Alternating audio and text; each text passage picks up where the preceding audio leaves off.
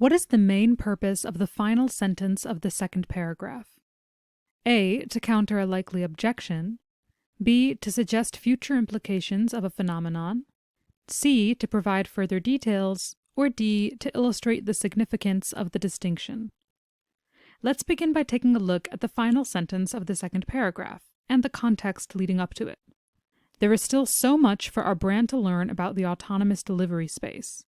This program will allow us to better understand how customers respond to the deliveries, how they interact with the robot, and how it affects store operations.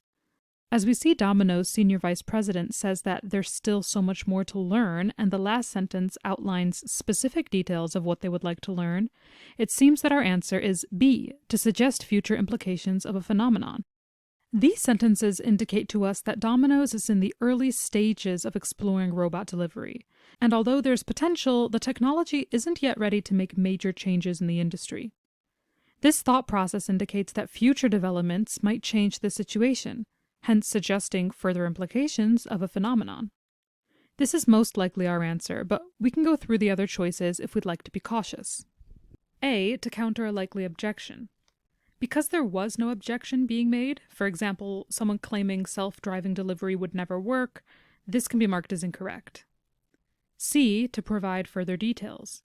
As the sentence doesn't supply further details, for example, of technicalities of a delivery robot or the process of robot delivery, this can be marked as incorrect.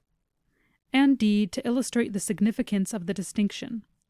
A distinction could have been made between, say, self-driven cars and human-driven cars, but because we don't see any indication of a distinction in the text, this can be marked as incorrect, and we can mark our original answer, choice B, as our final answer.